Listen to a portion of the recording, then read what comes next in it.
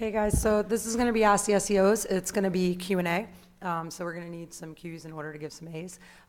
If you want to ask a question, you can just step up to the microphone so that we can hear you and everybody else in the room can hear you. I'm going to let my co-panelists introduce themselves. So we'll start with Kenny. Hi, I'm Kenny Hyder. I run Hyder Media. We're a search and internet marketing company. My name is Michael Gray from Atlas Web Service. We do some consulting and affiliate marketing. And I'm Rae Hoffman-Dolan, probably better known by Sugar Ray. I do affiliate marketing, and I'm also the CEO of a search marketing company named Pushfire. So does anybody have any questions? If you don't have any questions, we're going to sing, so. All right. First of all, thank you for offering your expertise. New website, sports information website, and still learning how to build, reliable links.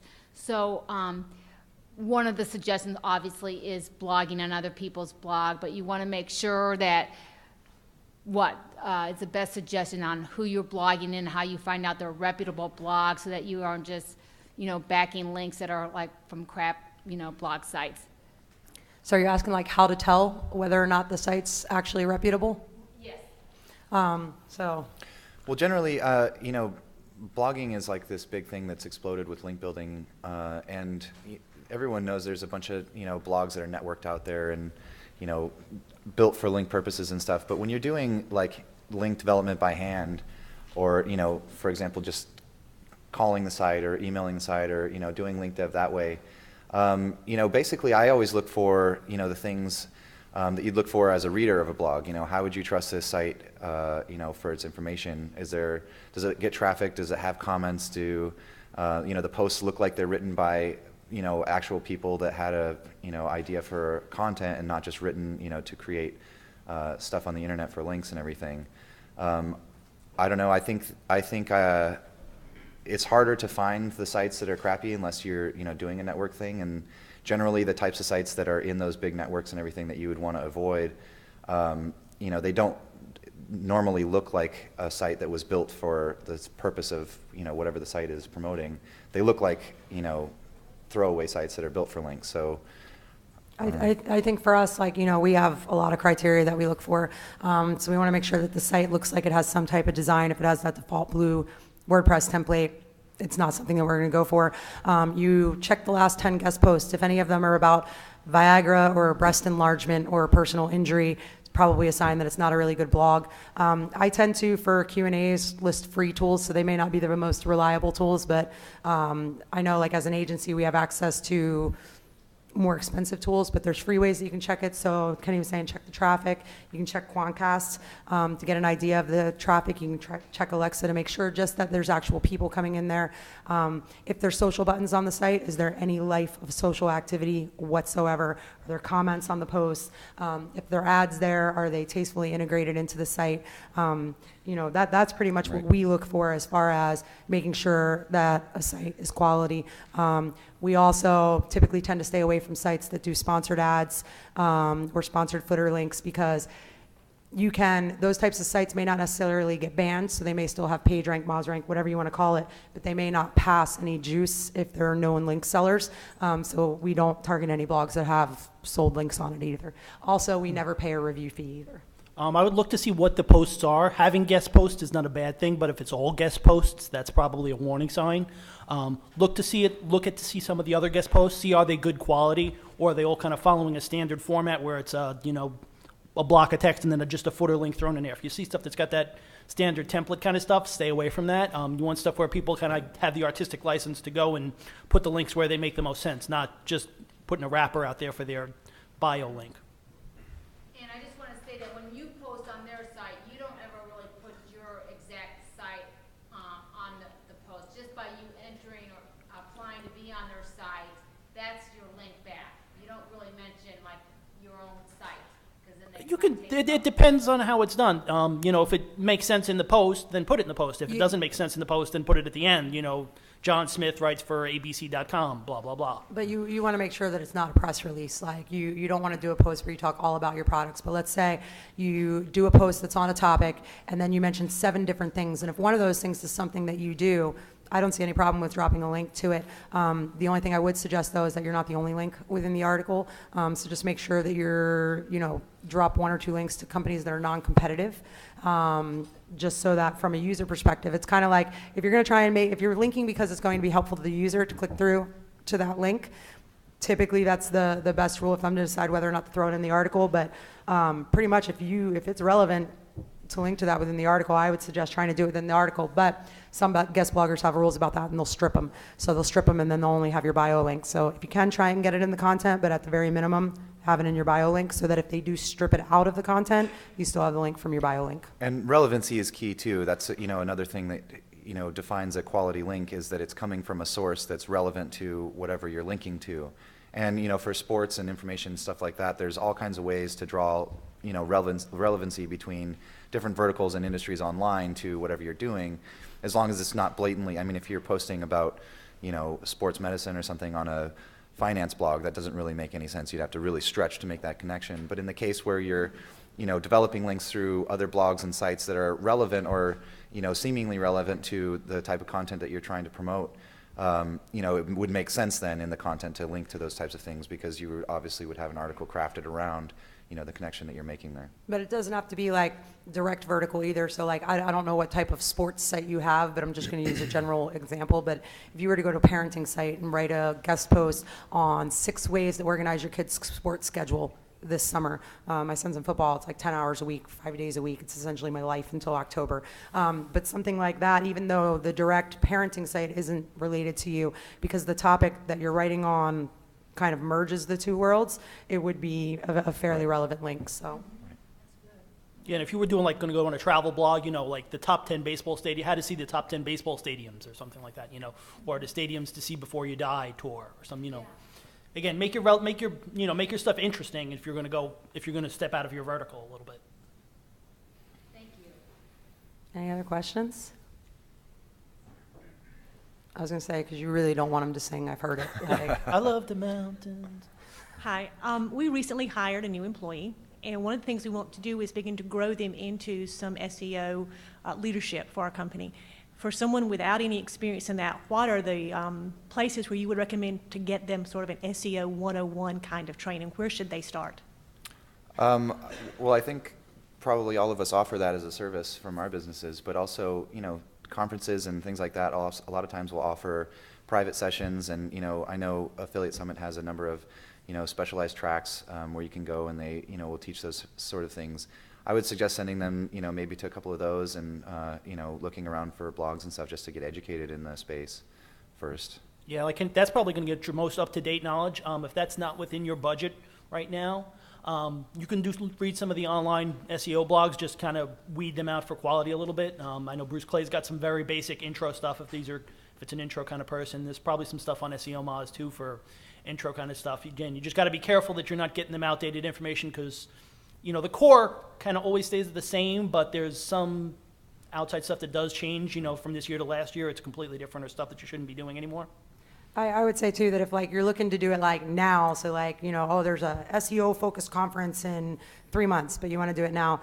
I would say that SEO Book has a really good community and a really good training program, and their community is like really, really involved. So it is a fee-based site, like it's a fee-based membership group, but their information's up to date. The owner himself posts very, very often, hired moderators, so it's a well taken care of community. And then also Todd Malicote does the Market Motive. That's another good And they do like online education for PPC, SEO, things along those lines. The guy who chairs the SEO division is a guy named Todd Malicote, and he's been around a long time and knows his stuff. So, SEO Book, all one word, SEOBOOK.com. Hi. Hi. My question is, I'm a beginner, so basically, what would you advise to hire a company to do the SEO, to learn it?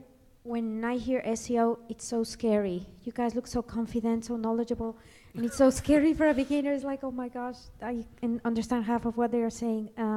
Is it a good idea to invest? What are your thoughts on these guys? Thank you. I think it depends on your business. I mean, like if you're a brick and mortar store, I would say that, you may want to invest in SEO. But if you're like just a personal blogger that's starting out for the first time as an affiliate with your own personal blog, I wouldn't necessarily recommend going out and hiring an SEO company. There's a lot of, Yoast has the WordPress SEO guide. I know DIY Themes has one as well. So if you do a search for like WordPress SEO, you'll get 2 very good tutorials that basically tell you everything to do from the second that you install WordPress to make it as SEO friendly on site as possible. And I would say after that, it's pretty much links and keyword research. Right. If you're looking to try and have somebody just look over your shoulder, you can certainly hire a consultant if that's in your budget. If you're a smaller operation and that's not something that works with you, then you've got to kind of get your information out there on your own. The advantage of having someone look over your shoulder is they'll keep you from making the mistakes, that we already made, and sometimes those do turn out to be kind of costly. So it depends where you're looking to get and what your budget is to get there.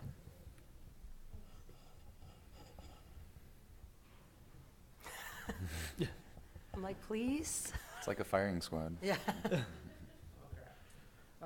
I'm entering a new niche right now, and I want to create an authority site around it. And I was wondering what, in terms of SEO, is the importance of buying an age domain? So, like a domain with previously indexed pages. And what are some things to look for when purchasing this domain? And like I've looked at some domains and they don't have anything, and they're valued at thousands of dollars. So I was wondering if it's worth buying that just because of the name, or just to start a new site. I think it really, that issue depends entirely on what space it is you're trying to play in. If you're trying to do something really, really competitive in an industry that's, already been around and already is a big money industry, it might be valuable to, buy an existing domain and, build off of that. But, for the most part, I don't see any reason why, if you put your strategy together correctly, starting a new site and, going after the link development and publishing content and doing all that stuff yourself and just trying to promote it, in the end, probably you'll build something that's better and, better fit to your business and what you want to do with your brand than, trying to take over someone else's. There is no forum or anything like that where people go and say old domains that we really don't know how to monetize properly, that you can take advantage of us and buy really cheap.com. That doesn't exist, because if it did, we'd all be there right now. So you're gonna have to find those domains on your own, and you're gonna have to look through some places where the pages necessarily and things that were covering a site aren't updated as much as they used to be anymore. So like old directories and stuff like that. So if you can find any of those that are still kicking around, then you're going to have to, drop those people an email, and at some places even pick up the phone and make a call, and offer somebody some money to get rid of their domain that they may not be using anymore. If you're going to go and then you're going to wipe out all of the pages, Google's going to be smart enough that they're going to catch that, and they're going to reset the timer on your domain. So, you've got to have a strategy in place as to what you're going to do with all that old archive content. And just because a domain is old doesn't mean it's trusted. If it's never had any links built to it, it doesn't matter if it's been registered for 10 years, it's got no trust. So You're looking for something that's got links built to it and got content that's out there. And you've got to have a strategy to how to keep it out there and integrate it with your new plan. Or if it has links that haven't been, it has good links, but they haven't had any new links in the past year or two, it's effectively the same. See me, I'm just cheap. So like the only domain that I have ever paid more than the actual registration price for was Pushfire, because we knew we wanted the name.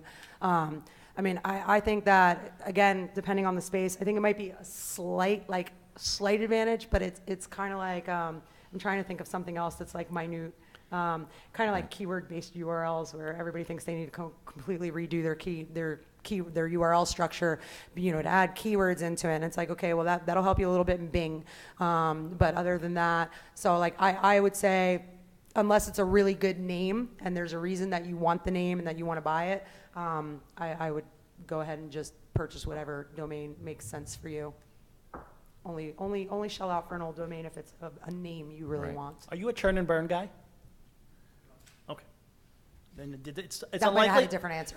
It's unlikely that you're going to find a domain that's out there that's got the name that's going to work for you from a branding perspective. If you're going to try and build trust and branding around this name, it's unlikely you're going to find an existing domain out there that somebody else has that's works for you that's has no value. Oh. Yeah, I wouldn't worry it's nice about to have, but you don't need it.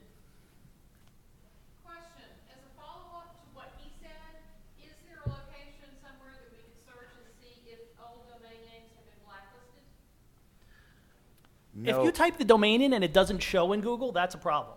You know, like it doesn't show within the first couple spaces if it's a keyword known. If you type in, you know, whatever that keyword happened to be, The actual yourkeyword.com. brand name, yeah. Yeah, if it doesn't show, that's a problem.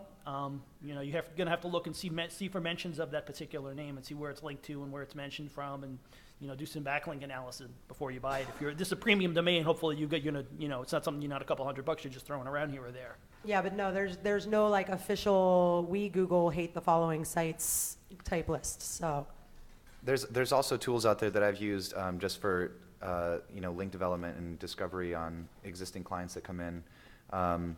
Especially considering all the changes with Penguin and everything. I had a client come in that got, you know, penalized because they were doing some stuff that they shouldn't have been, and they hired me to fix their site and you know, take them through the submission process.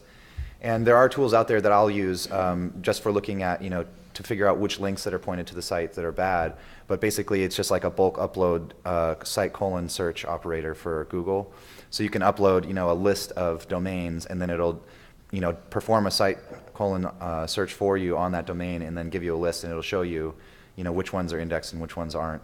So, I mean, if you're looking on a large scale, there's free tools out there that will do that as well.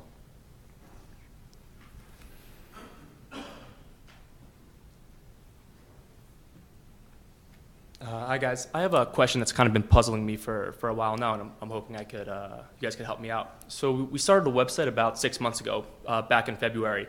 Brand new domain name, and we publish content on it 2 times a day, Monday through Friday, and it would never get ranked for anything. Catch pages were coming up higher in rank. Even if we typed in the domain name, it wouldn't rank, and it looked like it was being sandboxed, but from everything I read about the Google sandbox, some people think it's a myth, and if they are sandboxed, it's only for a few weeks. We had no ads, no way of even monetizing it. We were just trying to publish content and get traffic. And we started in February, and last week was the first time that we actually saw a huge spike in traffic, and it looked like we got released. And I could never figure out like what happened for the last 6 months, and I was wondering if you guys might be able to shed some light. I'm going to give my opinion on this. So like the sandbox, that's a term I haven't heard in a while. So Yeah. that was, so basically when Google essentially came out with adding the trust factor to the links, we didn't know what that was. And so it was basically like people were launching new sites, and it seemed like you were in a sandbox. Somebody from Webmaster World, I think, actually coined that. And it would seem like you were in this sandbox, and later we were able to figure out that what it actually was that until you got some decent links that showed Google should trust you in some way, shape, or form, you basically just didn't rank for anything. So it's kind of like I would ask you, A, what were you doing for link development from the second that you launched the domain? And it's possible too, what I've seen sometimes with new sites is if for whatever reason you get picked up by a scraper right away, and that scraper has any ounce of authority, even if it's like a tiny bit, until you surpass that scraper, it looks like Google will look at it and think you're the duplicate content that's coming in there. And so I don't want to say it because they'll say it's not a penalty. It's just that they choose which one's the original, and that's the only one they show, which to me is a penalty if it's not my site showing. So it's possible that just over the last 6 months, if you were doing link development, that you either popped yourself up because you got some decent links, or that you finally got ahead of if there was somebody scraping your content. Just make sure, just make sure for the obvious stuff that you're not blocking the spiders from getting in, and you're not blocking yourself from ranking. That happens. There's a couple ways to do that, and that's kind of an easy thing that a lot of people mess up, that when they move their development site from development environment to a production environment. The second thing, if you know all that stuff's not working, then start trying to rank for some completely made up terms, fuzzy pink sock dragon puppets in Los Angeles kind of stuff that there's no competition for. That's this way. This will just let you know whether Google at least is seeing your post and they're giving you the credit for it, or they're giving it to someone else. And make sure you have like your XML sitemaps and your robots text files and all that stuff put together too, and you send that and submit all that stuff too. I've seen before, launch a site or something and forget to put up an XML sitemap for a couple weeks and not see it in the engine, and then as soon as I put up an XML sitemap and submit it through Webmaster Tools, it pops up, in a couple of hours. So make sure you have all those bases covered too. The other thing too is that if you have that happen for like a really long period of time, the other thing that I would do is go check archive.org and see what was on the site prior to whenever it was you got the domain name, because even though nothing may have been on the site when you bought it in 2011, there may have been something in 2008 where that site got hit for it and simply just never recovered from it because it already has kind of a tainted history. So at that point you can submit a re-inclusion request, but I'd make sure you are squeaky clean before you do that. Yeah, for anybody who's having any sort of problems playing with making sure you're part of the analytics, and Webmaster Central can give you some intelligence there as to what kind of problems are going on. Does anybody else have a question? Can you guys talk a little bit about automation tools you're using in your business? Legit or non-legit? Managed WP is one that I've stumbled across recently, and it updates all of your WordPress blogs across multiple sites, so you can hook in as many as you want. And depending on what level you get, you can actually put in their backups, and you can run source code, a block of code across all the sites, and put that sort of stuff in there. And just from an administrative point of view, because depends how many if you're only running a handful of plugins, and it's not going to save you the time. But if you're like me and you're running 50, 60 plugins, going through and updating them every time that happens is a pain in the ass. Sorry. Sure. He did it, not me. Well, that's the first time. Managed WP. Yes.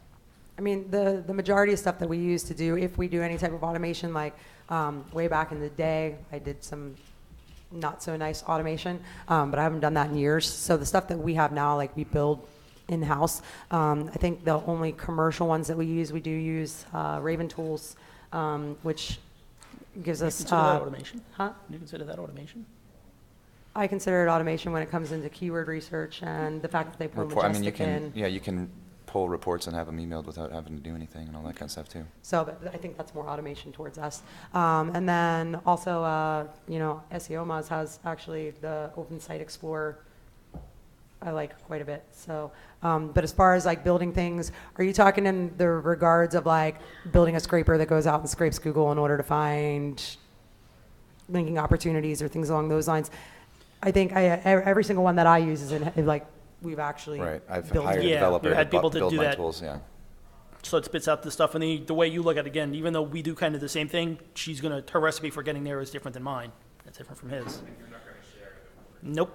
No, and I mean, some of them are basic, so it's like, we do site audits. It's basically we're just trying to speed up the manual process. That's all we're trying to do. We're not, doing something that's breaking anybody's guidelines or anything like that. We're just sort of speeding the process up. Yeah, I basically look at it like, as far as like SEO audits, there's some manual stuff. Like I look at everything by hand when I do audits, but there's some manual stuff that I don't need to look at by hand. I don't need to look at every single title tag on the site by hand. So I can just have a program pull it in, and I usually call it like a nurse to the doctor, how like the nurse just goes in and gets all the vitals and puts them there for the doctor to like kind of diagnose it. So anything that we have built automation wise, like that's what we're trying to do. As far as like specifics, I think the issue is like kind of if I'm telling you exactly what it is that I'm building, then I have to tell you why it is that I'm building that. So some other stuff that's out there, Buffer app. I love Buffer app. That's a great social media tool. Like you can just pop stuff in there, tell it which Twitter accounts, Facebook accounts to go to, and it just you can dump 100 of them in there on one time, and it'll tell them when you want it to send it out, and they just go out and go. you use Hootsuite a lot too, right? The Buffer app because it auto schedules, because you can schedule it for different days. Hootsuite does it too, yeah, but the Buffer app's I find it easier to use. So can you explain, I'm sorry, a little bit more for us beginners, what exactly Buffer app? You can tell it, say you wanted to send out a tweet every day at 3 o'clock and 5 o'clock.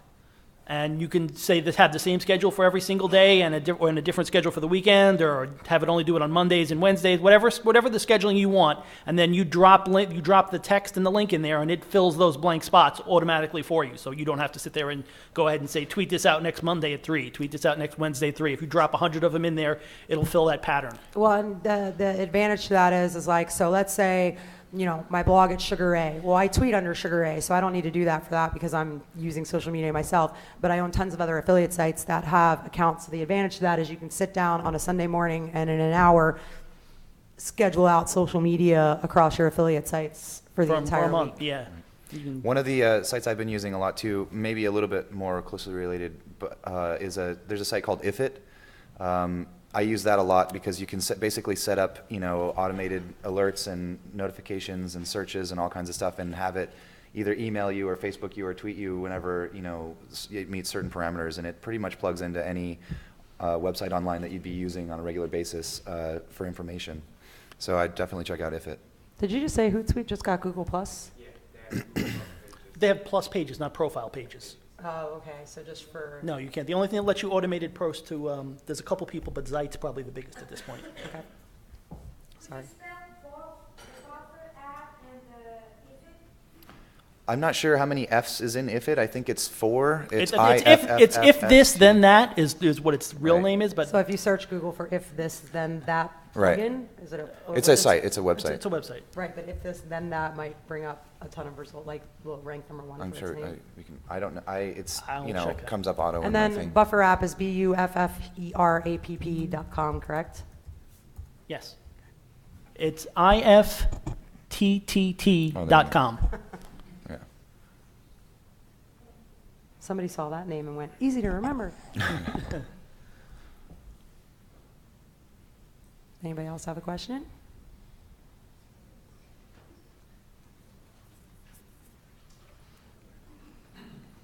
This is kind of tinfoil hat, but what do you guys feel like could be the next big Google update? You know, they did Panda, the content, they did Penguin. Like Probably what? zebra. I'm think they're going with the black and white, so taper is what I'm looking. What do you think is going to be like the next game changer?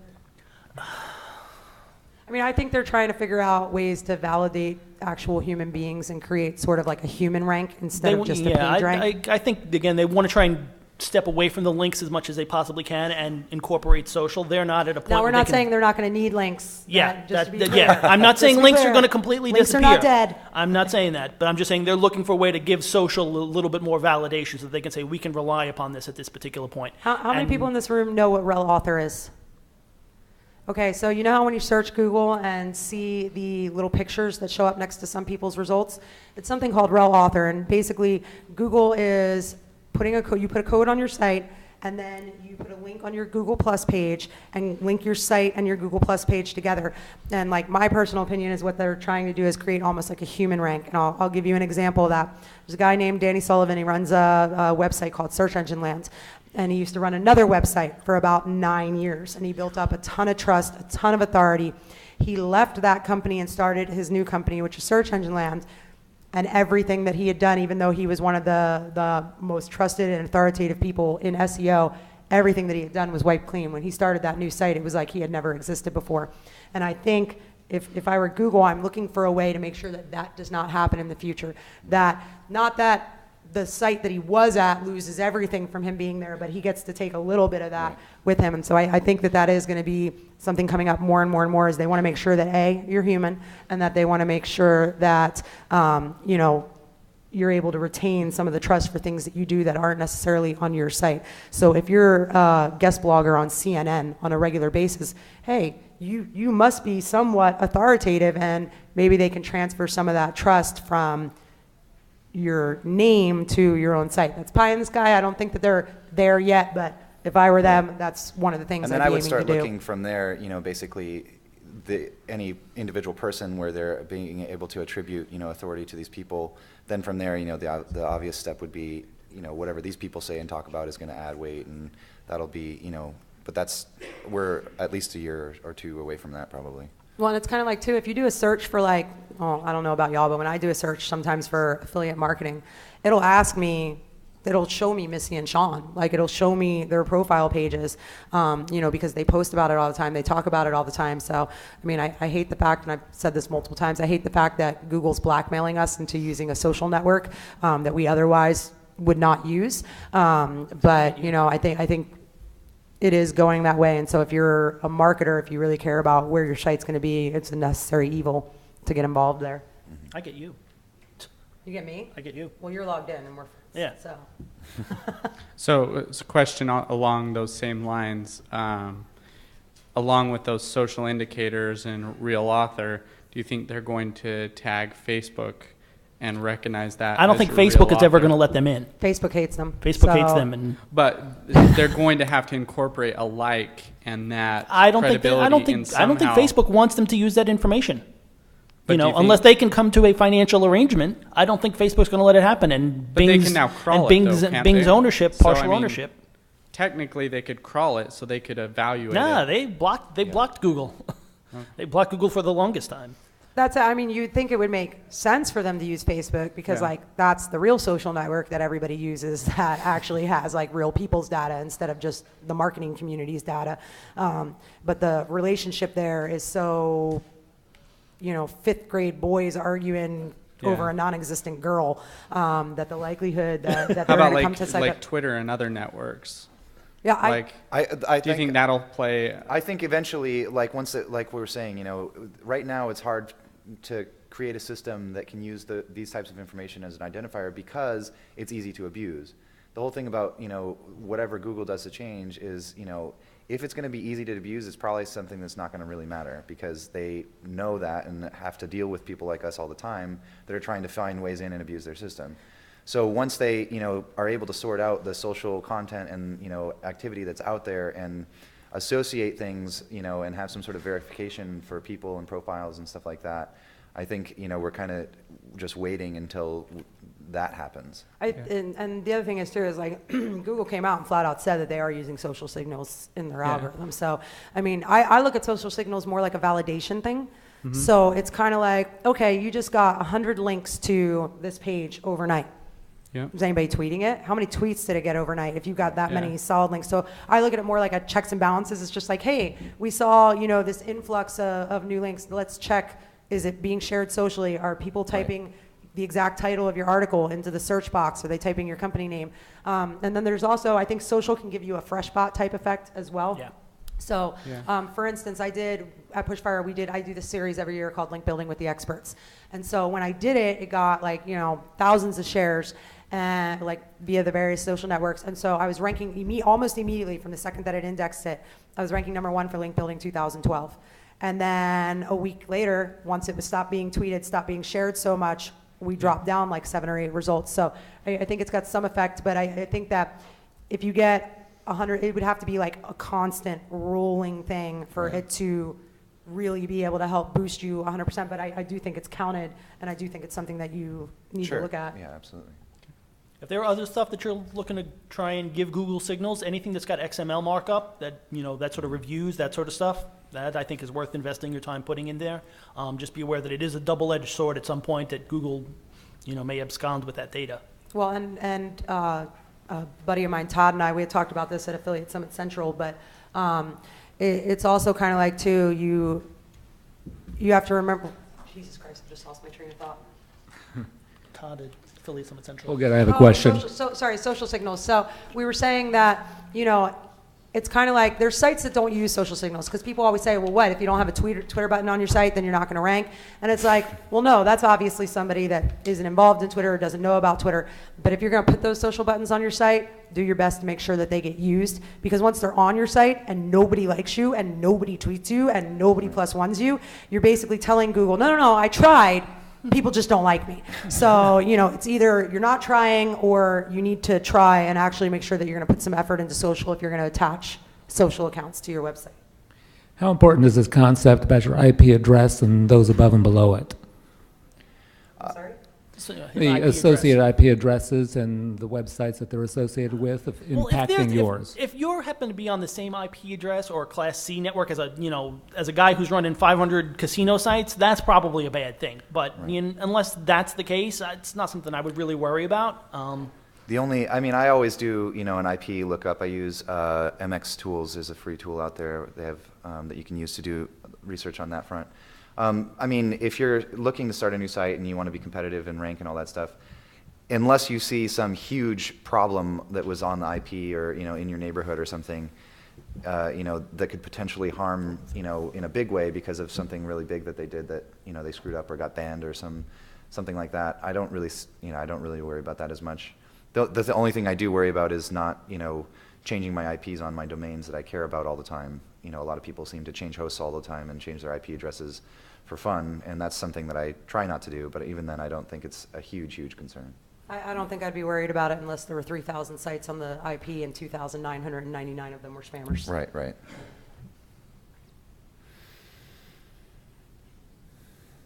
Go for it. You got no competition. Can you guys share some strategies about link building? Yes, Ray, can you share your current link building strategy with us? Well, I think it's, no, I mean, I think there's a lot of stuff that, like, no, we talk about it all the time. Specifically the one we were talking about before. I'd say, to me, I mean, it depends on, you're talking about automation. So I get the feeling that you're either running a lot of sites so are you running like one core brand? Are we talking about developing links to one site, or are we talking about developing links to 250 sites? I'm just trying to get some unconventional wisdom out of you guys. I mean, the biggest success with links that I've had is just going and looking for sites that I think are high quality that I want to link from, and then contacting them and asking them if I can have a link. And, you know, getting good at negotiating with people and explaining to them why they should link to you. And, you know, that whole process is not easy, but that's how you get the best links. You know, it's not through signing up for someone's network or, you know, figuring out some way to automate or scrape or do anything like that. It's the best links are built by hand, you know, through personal connections that you have in email and over the phone. You know, and the biggest key to being good at that is knowing how to do your keyword research and figuring out, you know, which terms you actually should be ranking for and that are going to convert well and drive, you know, the right amount of traffic, and having a good structure, you know, to be able to support, you know, your growth in link building as well, and, you know, the rest of your site. But for me, it just comes down to, hey, this is a great site and they would be a good link for my client or for me, you know, and then going and contacting them and trying to get that link. Make as many friends as you possibly can. You know, look for when they're doing stuff that's as self-interested as you possibly can, and if it's good and worthwhile, share those links and make sure that they know that you're sharing it, make sure that they know you're tweeting about it or putting it on Facebook or whatever. You know, make sure that they know that that's what you're doing. And then when you create good content, don't create like just your average good content, create really good content. Have a network of people who you can push it out to, and hopefully you'll say, wow, this is really good. I'm going to, you know, this guy shared my stuff, I'll share his stuff. Make friends. That's your best way to get from here to there. I think that a lot of times what people want is like the silver bullet, right? Like, oh, no, I'm not saying you, but I'm saying like, oh, there's this technique and we can get 1 million links overnight and they're all going to be awesome and they're going to count and I'm going to rank #1. And it's like this little secret that somebody has and nobody else. It's honestly, it's freaking hard work. Like, I mean, essentially in 2006, I wrote a post called Link Development versus Traffic Development and Staying with the Times. And it was like, at that point, that was when I switched my link building to be like, okay, if it's not going to bring actual people to my site, then it's probably not going, those are the types of links that Google's trying to devalue, right? The links that just exist for the sake of a link to you existing. So honestly, it's like, it's hard, but it's marketing. So like when we launched Pushfire, right? So obviously I reach out to all my friends and say, hey, if you have blog rolls, can you add us to your blog roll? You know, making sure that we're listed, we're in the process of like listing with the Chamber of Commerce, sponsored my son's football team, get a link from there. It's all about like having a natural profile, and by promoting your actual website and trying to get people to notice your website, you actually end up getting links. So I mean, like guest blogging, getting interviewed, if you can stay like position yourself as an industry expert, craft your bio page in a manner that highlights everything that you've ever done, so that when you contact somebody and say, hey, do you want to interview, you know, either pretend to be your assistant or contact them and say, hey, do you want to interview me? Make sure that your about page, because that's the first thing they're going to go look at. Why would I want to interview this guy? Has everything that they need to know on why it is that they want some information from you. Doing link exchanges, and when I say that, I do not mean in a Zeus style directory or sending out reciprocal link emails, but find 2 or 3 businesses that complement each other. So I use the example that if you sold apple trees, you might go to a company that sells baskets, and you might go to a company that sells pie tins, and try and cross promote each brand. You're non-competitive with each other, but you're all related to each other. You know, getting listed in, when I say directories, I don't mean directory. I don't mean all of the, you know, submit $5 for a yearly listing. But like the actual popular niche directories, like there's a large wedding site that has a huge wedding directory of vendors, but they get like 20 million page views a month. So like, I want to be in that directory. That's the type of directories that I'm talking about. So, but I mean, it's just going out there and building your brand and marketing it and doing everything that you can to put your brand in front of people. Worry about putting your brand in front of people first, and then just try and get that link in there if you can. Mm-hmm. Also, I will take redirect links, no follow links. I don't care. Obviously, I'd like them to be followed, but it is not natural for your 100% of the links pointed at your website to be straight up passing juice links. If you're a good site, then you're getting links from sites that redirect. You're getting links from sites that no follow. If you don't have a click here, I think you're a spammer. Yeah, like the other thing is too, don't keep it too keyword based. Stay brand. And that's one of the reasons when you said a keyword laden domain, it's one of the reasons I worry about that stuff right now, because if your domain name is like, you know, buyaffiliatemarketingguide.com, a lot of your anchor text, because people are going to split it up and say at buy affiliate marketing guide, you could accidentally end up giving yourself too much keyword based anchor text when it's keyword based anchor text, because it's essentially your brand. So I'd be careful of that as well. Michael, do you mind elaborating more about if there's no CTR, they will believe you're a spammer? Could you elaborate a little more? He said click. I said click here. I said if you don't have click here as a significant part of your anchor text, if none of the links on the internet point to you saying Well, I click wouldn't here. say significant to me would mean like 70%. You don't No, want it to be okay. significant, but If you don't have any links that say click here out there, that you probably, your link profile looks very artificial to me. Or similar, not just specifically Not click here, but if you know- but as an example, not a See keyword this. match, not your brand, but some Yeah. other way that links. I mean, sites often, have a standard way where they'll say, if you'd like to see more about this, follow this link or whatever. And, there's all kinds of different phrases that are used out there commonly, click here being the most common. But that's the point is, if 100% of your links are either a brand match or a keyword match, and there's no other, random stuff in there that people are linking to you from, it's just not natural. Is it worth spending $299 a year for Yahoo, including the Yahoo directory? oh God, I only have one Yahoo directory listing left, and it's because I can't figure out what credit card it's associated with, and they just send me an email that tells me they charged my credit card. But outside of that, but again, I'm cheap. I went over this earlier. It's like, Yeah, I only used to pay for that for the really spammy stuff. I don't do that anymore. Right. So Yeah, I haven't submitted to Yahoo in probably 3 years, I'd say, to their directory. sorry, Yahoo. sorry. Yeah, I mean, to be honest with you, the only But time I go Marissa, to man, we Yahoo do at like all you. is for fantasy sports. That's it. So, you had a question over there, but sorry. Just if you could explain real author, where you said there's a link on Google Plus, so how do you do that? Yeah, sorry. So I said they were trying to, just because in case you search it, it's actually Rel Author, R-E-L. I talk really fast, so I apologize. It's.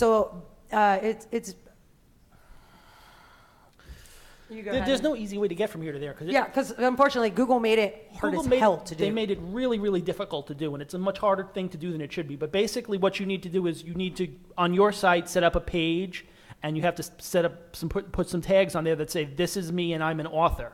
If you have multiple authors, there are a couple different things you got to do, but you got to say, these are all of our authors, and there's a tag on there. And then once you do that, then you go to Google Plus and everybody's profile page, and you link back to their author page. And then once that's done, you go and you submit it. And I know it sounds really complicated, and it's If you do a search for Yoast Rel Author, Yeah. he's got probably the most up to date, because I think they were letting him test it. Or yeah, something, he's got some special privileges. They do let him beta test a lot of stuff, so he's probably got his is the most up to date. I know they keep changing the process, and I'm not like I'm trying to evade the question. It's just a really they made this way more complicated than it should be. Let's put it this way. Michael put it on his blog, and then like 3 weeks later, I was like, oh, okay, well, I'm going to put it on my blog. Michael, how'd you do it? He gave me the exact code. Didn't work 3 weeks later because they had changed it, and I had to go back and redo it. The documentation is horrible. So like Yoast has the best information that there is on the topic. And how do you spell that? Yoast. Y-O-A-S-T. Yeah. Got it. Just back, sorry. Go ahead. He's had his hand up for a while. Yeah, you. Sorry. To add on to that Rel Author, if you post on a message board and you have a screen name, can you become the Rel Author as a screen name? Or Only if they let you have your own author page and let you add a tag there. Well, there's a member profile page on there. So it would depend on, here's the thing, unless the site that you're connecting to, for instance, like I blog for Amex Open Forum. They don't use Rel Author. I don't know why, but they don't use it. So I can link to them, my profile page there all day long, but because they don't have the code on their page to talk back to Google, I can't associate myself with it. So I mean, I would think if a forum had the code and you had a member profile page, then in theory, Yeah, if It the might member work, profile page yeah. lets you do it, and you could you could add the tag on the member profile page. But yeah. I don't see that there would be real benefit of it because you're never going to be the rel author topic starter of a Well, post, so you're only going to have if the rel author on forms- your member if the- profile page. If the form put that in there for the person who started, the form would Person have. who started, yeah. Yeah, but. And I don't know that Google I- would like that at the end of the day if forum started doing Yeah, that. I don't know. I would stay away. I wouldn't go chasing down that. There's a lot of open areas there. Actually, I think I'm going to play with that sometime in the next month. It'd be and just interesting to if see, can but get I it to do wouldn't it. go. Explain why it's a gray area. I'm not following. Because what they're trying to do with rel author is associate content like regular content with the author. So message board post, I mean, in theory, it might be this most awesome like article that's actually but it could also be, here's a picture of my dog, lulz. So, I mean, I don't know that. Is the person who posts first the person who's doing it, or is it the guy who answers the question 6 posts down who should be getting the credit? Right. Like, is it the person who goes, hey, how do I do this? And then the guy who answers gives like a 42-page thesis, and the person who posted it, because the post is so well referenced now because the guy answered it. So if I were Google, I would say, if I were Google, I would say that I don't know how to do that. So I don't know how to disperse that correctly. Yeah. So I would rather just you not feed me false positives. So. rel author is really designed for individual pages, basically static pages, it sounds like. Oh, blogs, Right. but yeah, like articles. Yeah, any sort of blogs or articles. That's where it's those sort of sites. He had one first, and then I'll, go ahead. For like a lack of a better term, could you guys talk a little bit about your like keyword stuffing strategies? Don't do it. 6.2%, Don't have that. once in italics and bold, once in italics, and you got to repeat it with 3 times in the first sentence. Yeah, no, I mean, how much you're putting into your tags, how much are you inserting them into pictures, how many pictures are you putting in, are you using that as your file? You make it so that it sounds as natural as it possibly can. If it sounds like I want you to buy, blue widgets, if it sounds really silly, then it's you've probably. There's no reason if you have a picture on your site that the alt tag should be pink widgets, blue widgets, green widgets, orange widgets, etc. So it's kind of like, to be honest with you, I don't think it matters a super lot. So it's not something I would like super stress over. It's kind of like overdoing it might cause you a problem. Underdoing it, I don't think is going to make or break where Right. you're ranking. Gotcha. So like for search engine marketing, would you say just focus on deep page links, and I mean, is linking really the name of the game, and now with the shift, like really going over to social rather than focusing on, all right, how do I optimize the text in this page for? I think there's still technical SEO. Like, don't get me wrong. Like, if your site's set up, like, I think there's still ways to do bad on-site SEO, but I don't think, and maybe I'm wrong here. Like, maybe my opinion's different than yours, but 10 years ago, putting a word in italics was a big thing. Like, Right. you had to make sure that you did it once on every page. Yeah, now you just, I mean, basically. As long as it's on the page. Yeah, I'm just worried about the Right. keyword being on the page. I mean, like, we've had people, we do site reviews sometimes, and they'll come up and they'll say, well, what are you trying to rank for? Pink widgets. You don't have the word pink widgets on your homepage. You're never going to, like, you've got to have some relevancy there. But I wouldn't stuff it. I would do it more of like I would make sure that if there's 3 different variations of your core keyword, I would make sure that they're all naturally worked into the page. The one exception to that would be locales. When you say proudly serving the 6 communities that Right. use that would be like a kind of, I don't consider it keyword stuffing. I think like when it comes to like title tags and things like that are cornerstone pieces of keyword information for Google, it comes down to what your keyword research shows. If there's a string of keywords or phrases that are similar or whatever, basically I just go for whichever one I care about most and I write that into it specifically, and then associate the other keywords around it, just so that you kind of get the because if you type something in Google, the title tags will highlight the keywords that are in the title tag that you search for. So they are aware of all of that stuff, but basically you want to just create content and stuff that's readable and that is interesting and stuff, rather than worrying about how many keywords or anything like that are on the page. They will rewrite your tags too if they think Right. they're not relevant Right. or if they think they're keyword stuffed. The other thing that I might focus on that would be, the other exception would be the meta description tag. And it's just because it does not help you rank. It has nothing to do with how you rank. But most of the time, if your meta description tag includes the keyword phrase that the user searched for, then they will show your meta description tag as your as your little blurb underneath, rather than just pulling words randomly from your page, which is what it does if the keyword's not in the meta description.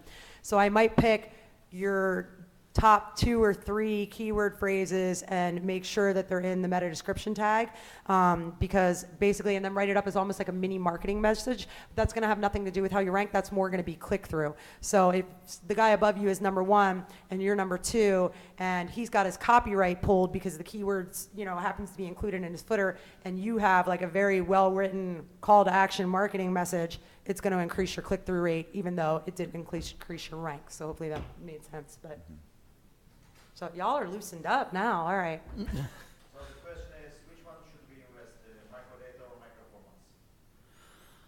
microformats? So you're talking about like H cards and all that sort of stuff? Which one is it, the one they did? Google's Yeah. that Google prefers to microdata. That's the one I forget which one it is, but that's the one that you want to go with, the one that they seem to be recognizing as opposed to the other. I think it's H card. I think is pretty much what it is. Oh, is that the old one? Like the beta, the one with the Yeah. beta thing? Yeah. You want to go with the one that they've said they want to recognize. I don't think Bing or anybody else has said that they're going to be contrary and go and recognize something No, else. that, Plugins exist for the previous one and you want to be so. Yeah. well, Yeah. no, I saw when I was at, SMX Toronto, I moderated the schema panel there, and a guy named Jeremy, I think his last name was Lubin, but don't quote me, was there from Google. And he got asked the specific question, and what he said was that they had no plans of not recognizing the older versions, but that if you are adding it to your site now, he would use the preferred version. That said, no plans is not, exactly mean it won't a happen. guarantee from them that they're not going to do it. So I would say if you have the ability to easily switch it over, do it. If you're starting out, use the one that they want. But that said, I still have sites that are running on the old ones and are fine. So sorry. Hi, I have a website, and what I do when someone comes from a mobile device, I send it either to its subdomain and. I want to kick you. I want to kick you for doing that. I know, but before I learned about responsive design, that's what I did. So, and if it comes from a tablet PC, so I send it to another subdomain, I want to kick you with the other leg. So what's happening to me now is that when you do a search on normal PC, my mobile site is coming up first than my website. So you want to set up all of those both of those mobile subdomains. You want them to 301 to the correct page. You want to only have Well, you don't want to wipe them out. You want that 301 in place. Without that 301, the search engines are going to they're going to lose the connection between the two, and you're going to drop in rank, and that's not what you want. Just to explain, because I know we have some newbies in the room, a 301 is basically a way to tell Google, take all of the authority and awesomeness that you think is on this page and transfer it to this page, because this page's new home. So in theory, you're not starting over. You're just telling the search engines, hey, this page no longer exists. It exists here now. And they just go, oh, well, we'll keep the same rankings for all the keywords. We're just going to change it to the new pages. In theory, works most of the time. But Right. Again, it's most of them, but in your case, that's definitely the way I would go. Do a straight 301 from all of those both of those mobile subdomains to the one. Yes. Correct. Right. But just make sure that those redirects are 301s. Yes. Yeah, you want to make sure that they're 301. Again, it may take a while on some of the pages that don't have as many links and don't get as much traffic, but they should start dropping out. Amanda? So how should my link building strategy shift if I'm used to working with big macro sites and I want to start building out a network for geo-specific sites? So you want to be a legitimate spammer? No, I'm kidding. I'm kidding. Say I have a business that's super local and I want to build links that are super local. You want to get as many, you want to go chase everybody down who's in Chamber of Commerce and start there and stick with as much stuff that's, the baseball teams, the soccer teams, the Offer to go lecture at the local community college on The whatever your library. topic is in exchange for them promoting it on their site, which would be a link from the site. Sponsor the car shows, the hockey shows, the whatever, the craft shows, the antique shows, the cosplay shows. I don't. There's also whatever's like, going on in that community. and depending on the city too, like there's almost always at least one blog that's like very specific. So, but I don't think that you need to do it as hard if you're caveat that if you're Atlanta or Miami, yes. Yeah. But if your geolocales are smaller locales, I mean, you're talking. It's kind of like, okay, well, what do I do after I run out of the Chamber of Commerce and the local community college and the 15 businesses? That's probably enough, unless you're trying to rank for Miami gambling ticket or seller. something. Yeah, Miami ticket seller, exactly. But that's probably enough. So it's just a matter of, again, get involved in the community. So it's like, even if you've got that big site, you want to get involved in that niche. It's the same thing. Just get involved in the community and be somebody that supports the community, and therefore you're associating yourself with the community. Like that would be, but it depends on what you're doing. Like if you're churning and burning, if you don't care if the sites last very long, etc. And if you can tweet with as many people in that little area as much as you can, that'll help that profile. Yeah, and if you go to, the hell is that? Twitter Grader. I don't know the address. You're just going to have to do a search for it. But if you go to Twitter Grader and type in your locale, so like I live in Katy, Texas, right? So if I type in Katy, Texas, it gives me a list of what it considers the 50 most powerful Twitter accounts in Katy, Texas. So you can go there and basically go down the list and follow all of them, and then start talking with them. And hopefully at some point you can get them to follow you back, et cetera, et cetera. And if you're tweeting local stuff and they're local tweeters, the chances are that if they're following you and you tweet something local, that they're not going to retweet it. You've got a good chance of them doing that. So we've probably got time for maybe one, maybe two more questions.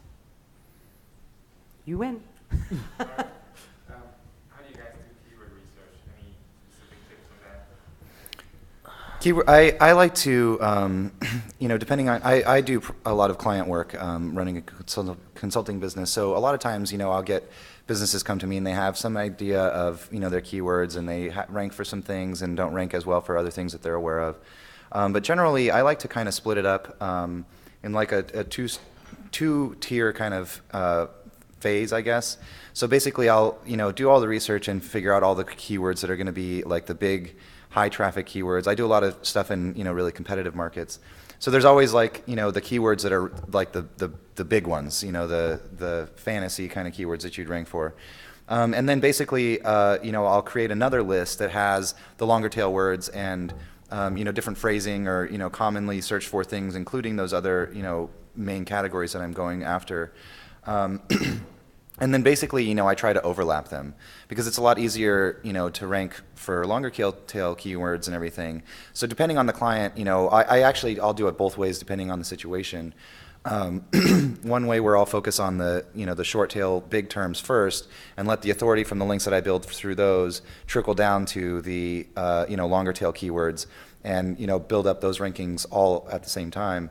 Conversely, for smaller sites and smaller clients, I'll do the exact opposite, and basically then start ranking the longer tail terms that have less traffic in order to justify the cost or to prove the ROI or whatever it is to get the rankings, to be able to put money into developing the rankings for the shorter terms.